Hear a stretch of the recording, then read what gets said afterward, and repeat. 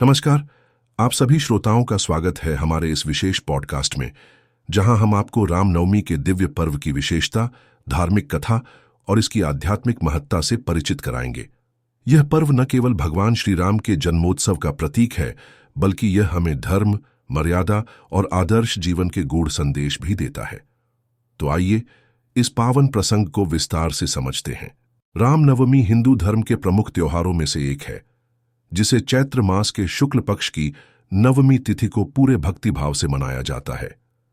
यह दिन त्रेता युग में अयोध्या के महाराज दशरथ और माता कौशल्या के यहाँ भगवान विष्णु के अवतार श्री राम के जन्म के रूप में प्रसिद्ध है। श्री राम केवल एक राजा ही नहीं, बल्कि धर्म और सत्य के प्रतीक माने जाते हैं, जिनकी कथा हमें जीवन के हर पहलू में अनुशासन और सद्गुणों का पालन करने की प्रेरणा देती है। श्री राम के जन्म की कथा अत्यंत रोचक है।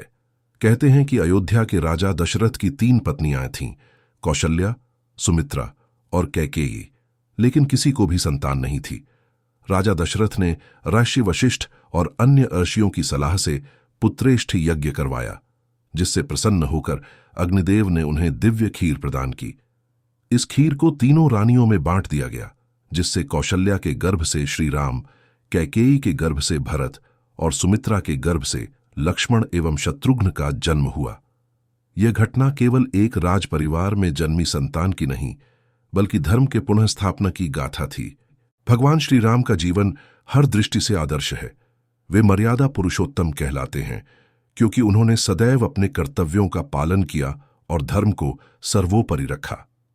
अयोध्या के युवराज होते हुए भी उन्होंने पिता की आज्ञा का पालन कर 14 वर्षों का वनवास स्वीकार किया। माता सीता और भ्राता लक्ष्मण के साथ उन्होंने वन में रहते हुए अनेक कठिनाइयों का सामना किया, लेकिन धर्म का मार्ग कभी नहीं छोड़ा। रावण का वध और अयोध्या लौटने के बाद राम राज्य की स्थापना उनकी नीतियों और विचारधारा की महानता को दर्शाती है। रामनवमी केवल भगवान राम के जन्म का उत्सव नहीं है, बल्कि यह हमें यह भी सिखाता है कि सत्य और धर्म की राह पर चलकर जीवन को सार्थक बनाया जा सकता है। इस दिन भक्तजन उपवास रखते हैं, रामचरितमानस और रामायण का पाठ करते हैं, भजन कीर्तन में लीन होकर भगवान श्री राम की आराधना करते हैं। कई स्थानों पर झांकियां निकाली जाती हैं, जहां भगवान राम के जीवन के महत्वपूर्ण प्रसंगों को दर्शाया जाता है। भारत के विभिन्न हिस्सों में रामनवमी को अलग अलग तरीकों से मनाया जाता है। अयोध्या, जो श्री राम की जन्मस्थली है, वहां इस दिन विशाल उत्सव का आयोजन किया जाता है। लाखों श्रद्धालु सरयू नदी में स्नान कर मंदिरों में पूजा अर्चना करते हैं। वहीं दक्षिण भारत में भी इस दिन को विशेष रूप से मनाया जाता है, जहां रामायण के विभिन्न प्रसंगों का मंचन किया जाता है। आध्यात्मिक दृष्टि से देखा जाए तो रामनवमी आत्मशुद्धि का पर्व भी है। यह हमें याद दिलाता है कि जीवन में कितनी भी कठिनाइयां आई, अगर हमारा उद्देश्य धर्म और सत्य की रक्षा करना है, तो हमें कोई भी डिगा नहीं सकता। श्री राम के आदर्श हमें परिवार, समाज और राष्ट्र के प्रति अपने कर्तव्यों को समझने की प्रेरणा देते हैं।